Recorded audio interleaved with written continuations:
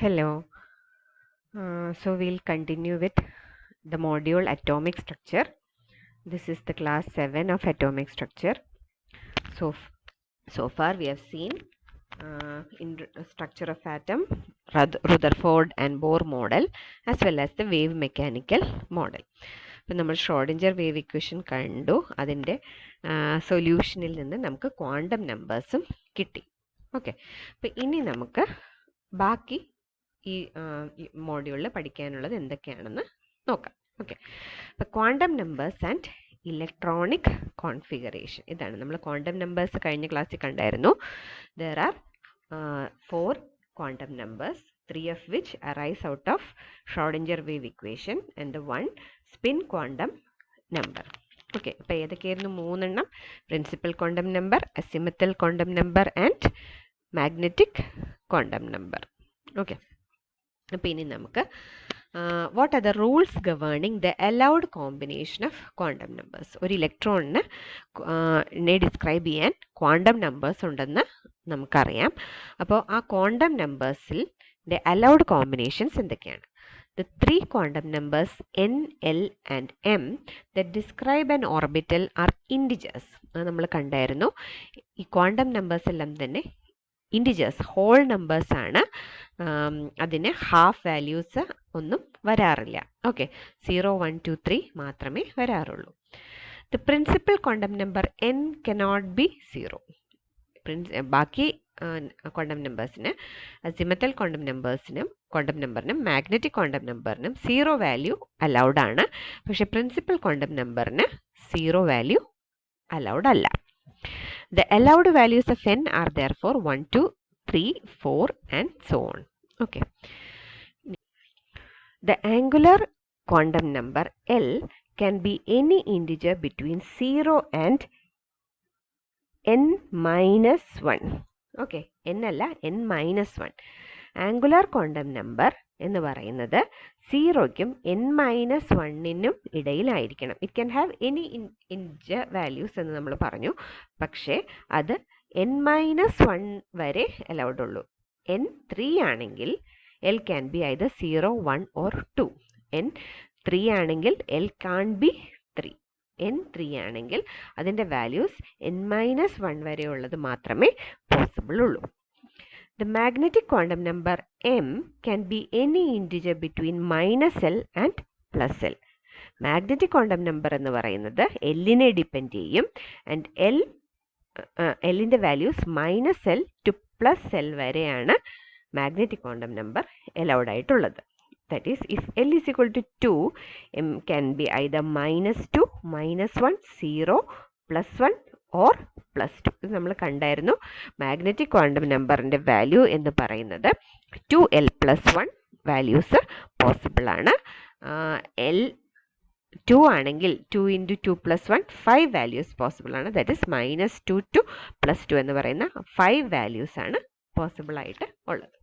But these are the rules governing the allowed combinations of quantum numbers.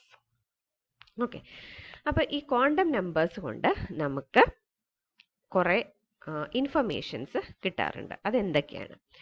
Orbitals that have the same value of the principal quantum number form a shell.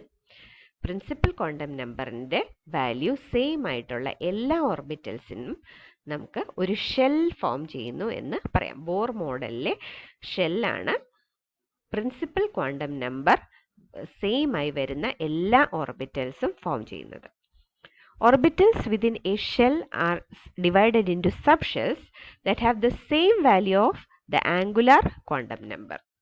അപ്പം നമ്മുടെ principal quantum നമ്പറിൻ്റെ same value ഉള്ളതെല്ലാം shell form ചെയ്യും. Subshell form ചെയ്യുന്നത് ഏതാണ്? Angular quantum number same value ഉള്ള orbitals എല്ലാം കൂടെ ഒരു സബ് ഷെൽ ഫോം ചെയ്യും. By convention, the following lowercase letters are used to indicate different subshells. ഇത് നമ്മൾ കണ്ടായിരുന്നു.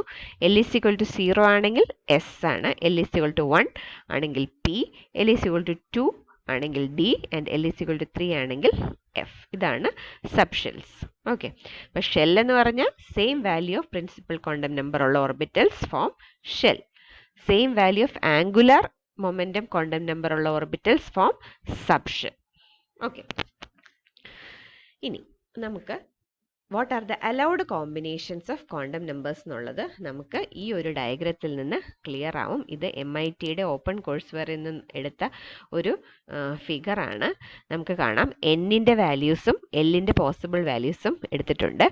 N1 ആണെങ്കിൽ L0 മാത്രമേ പോസിബിൾ ഉള്ളൂ, വേറെ വാല്യൂസ് ഒന്നും പോസിബിൾ അല്ല. N2 ആണെങ്കിൽ 0യും 1ഉം ആണ് പോസിബിൾ. N3 ആണെങ്കിൽ L0 1 2. N4 ആണെങ്കിൽ 0 1 2 3 അത്രേ പോസിബിൾ ഉള്ളൂ. എന്നിൻ്റെ വാല്യൂവിൻ്റെ same value of L possible അല്ല. ഓക്കെ, അപ്പം ഈ നീല ഏരിയ മുഴുവൻ ഫോർബിഡൻ കോമ്പിനേഷൻസ് ഓഫ് ക്വാണ്ടം നമ്പേഴ്സും മഞ്ഞ ഏരിയ അലൗഡ് കോമ്പിനേഷൻസും ആണ് കാണിക്കുന്നത്. ഇനി നമുക്ക് കുറച്ച് ചെറിയ ഇൻഫർമേഷൻസ് ആണ്, പക്ഷേ ഇത് പരീക്ഷാ പോയിന്റ് ഓഫ് വ്യൂവിൽ വളരെ ഇമ്പോർട്ടൻ്റ് ആണ്. The number of orbitals in a shell is the square of the principal quantum number. അപ്പം ഒരു ഓർബിറ്റലിലുള്ള ഒരു ഷെല്ലിലുള്ള നമ്പർ ഓഫ് ഓർബിറ്റൽസിൻ്റെ എണ്ണം എന്ന് പറയുന്നത് it is the square of principal quantum number. ഇപ്പോൾ ഫസ്റ്റ് ഷെല്ലിൽ പ്രിൻസിപ്പൽ ക്വാണ്ടം നമ്പർ 1 ആണ്. അപ്പോൾ 1 square is equal to 1 orbital is possible അല്ലേ. ഫസ്റ്റ് സബ്ഷെൽ 1s മാത്രമേ ഉള്ളൂ. ഇനി സെക്കൻഡ് സബ്ഷെൽ ആണെങ്കിൽ 2 സ്ക്വയർ എന്ന് പറയുന്നത് 4. ഓക്കെ, അപ്പോൾ ഏതൊക്കെയാണ് 2s 2p തന്നെ 3 എണ്ണം ഉണ്ട്. 2px 2py 2px 2py 2pz അല്ലേ. അപ്പോൾ എത്ര എണ്ണമായി? 1 2 3 4 എണ്ണമായി. ഇനി തേർഡ് സബ്ഷെൽ ആണെങ്കിൽ 3 സ്ക്വയർ ഈസ് 9 എന്ന് പറഞ്ഞാൽ 3s 3p 3px 3py 3pz. അത് കഴിഞ്ഞ് പിന്നെ d ഉണ്ട്. 3d xy 3d yz 3d xz 3d x square minus y square and 3d z square. ഇത് എത്ര എണ്ണം ഉണ്ട്? 1 2 3 4 5 6 7 8 9. ഓക്കെ, അപ്പോൾ ഒരു ഷെല്ലിലുള്ള നമ്പർ ഓഫ് ഓർബിറ്റൽസിൻ്റെ എണ്ണം, സബ്ഷെൽസിൻ്റെ എണ്ണം കാണണമെങ്കിൽ പ്രിൻസിപ്പൽ ക്വാണ്ടം നമ്പറിൻ്റെ സ്ക്വയർ എടുത്താൽ മതിയാവും. അപ്പോൾ നമ്പർ ഓഫ് സബ്ഷെൽസ്, ഒരു ഷെല്ലിലുള്ള സബ്ഷെൽസിൻ്റെ എമൗണ്ട് ആണ് നമുക്ക് പ്രിൻസിപ്പൽ ക്വാണ്ടം നമ്പറിൻ്റെ സ്ക്വയറിൽ നിന്ന് കിട്ടുന്നത്. ഇനി ഒരു സബ്ഷെല്ലിലുള്ള ഓർബിറ്റൽസിൻ്റെ നമ്പർ എങ്ങനെ കണ്ടുപിടിക്കും? 12+1. അത് നമ്മൾ ഇതിനു മുന്നേ തന്നെ കണ്ടതാണ്. അപ്പോൾ ഒരു S സബ്ഷെൽ എന്ന് പറയുമ്പോൾ L = 0 ആണ്. അപ്പോൾ അതിനകത്ത് എത്ര ഓർബിറ്റൽസ് ഉണ്ട്? 2 × 0 + 1 1. ഒരു ഓർബിറ്റലേ ഉള്ളൂ. ഇനി പിന്നെ P സബ്ഷെൽ ആണെങ്കിലോ, P എന്ന് പറയുമ്പോൾ L = 1 ആണ്. അപ്പോൾ 2 × 1 + 1 ദാറ്റ് ഈസ് 2 × 1 2 + 1 3 അല്ലേ. 3 സബ്ഷെൽസ് പോസിബിൾ ആണ്. L1 എന്ന് പറയുന്ന P അല്ലേ, അപ്പോൾ P x y z possible ആണ്. ഇനി L = 2 എന്ന് പറഞ്ഞാൽ D സബ്ഷെൽ ആണ്. D സബ്ഷെല്ലിൽ എത്ര ഓർബിറ്റൽസ് ഉണ്ട്? 2 × 2 + 1 ദാറ്റ് ഈസ് 2 + 2 2 × 2 4 + 1 5. എങ്ങനെ കിട്ടി? 5. D എത്ര എണ്ണം ഉണ്ട്? dxy dyz dxz dx square minus y square and dz square. അങ്ങനെ നമുക്ക് ഒരു ഒരു ഷെല്ലിലുള്ള സബ്ഷെൽസിൻ്റെ നമ്പർ കണ്ടുപിടിക്കാം. ഒരു സബ്ഷെല്ലിലുള്ള നമ്പർ ഓഫ് ഓർബിറ്റൽസിൻ്റെ എണ്ണവും ഇങ്ങനെ നമുക്ക് കണ്ടുപിടിക്കാൻ പറ്റും. ഓക്കെ, ഇനി നമുക്ക് electronic configuration and relative energies of atomic orbitals നോക്കാം. Okay, the electronic configuration of an atom describes the orbitals occupied by electrons on the atom. നമുക്കൊരു ആറ്റത്തിൻ്റെ അറ്റോമിക് നമ്പർ അറിയാം, അതിനകത്ത് എത്ര ഇലക്ട്രോൺസ് ഉണ്ടെന്ന് നമുക്ക് അറിയാം. ആ ഇലക്ട്രോണിനെ എങ്ങനെയാണ് അറേഞ്ച് ചെയ്തിരിക്കുന്നത്, ആ ഇലക്ട്രോണിനെ എങ്ങനെയാണ് വേരിയസ് ഓർബിറ്റൽസിൽ അറേഞ്ച് ചെയ്തിരിക്കുന്നത്, ആ അറേഞ്ച്മെൻറ്റിന് പറയുന്ന പേരാണ് ഇലക്ട്രോണിക് കോൺഫിഗറേഷൻ.